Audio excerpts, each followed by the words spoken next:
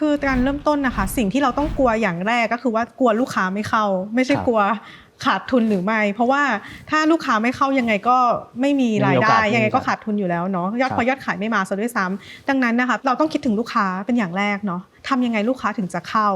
ดังนั้นการทำร้านอาหารเนี่ยอย่างแรกมันก็ต้องของอร่อยคุณภาพดีสะอาดอันนี้คือเบสิกของการทำร้านอาหารถ้าเรากินแล้วเรารู้สึกว่าเราไม่กล้าเอาเพื่อนมาเราไม่กล้าเชิญใครมากินอย่างนี้เราจะขายได้ยังไงคนอื่นๆก็ไม่อยากกินเหมือนกันดังนั้นสแตนดาร์ดเราอยากลดสแตนดาร์ดเพราะเราขายราคาเท่านี้เราทำให้รู้สึกว่าเราอยากจะมากินทุกวันได้อันนี้คือ mindset ของเฟิร์นในการทำซุกี้ตี๋น้อยทั้งหมดเลยจนถึงทุกวันนี้แล้วเชื่อว่าถ้าลูกค้าเข้ามาแล้วเนี่ยเฟิร์นจะเห็นตัวเลขเองว่าเฮ้ยลูกค้าเข้ามาวันละประมาณเท่านี้เนี่ยฟิกซ์คอสของเรามันจะอยู่ที่กี่เปอร์เซ็นต์อะไรแล้วตัวไหนที่เฟิร์นจะต้องไป negotiate กับแบบ supplier ให้ลดค่าใช้จ่ายนู่นนี่นั่น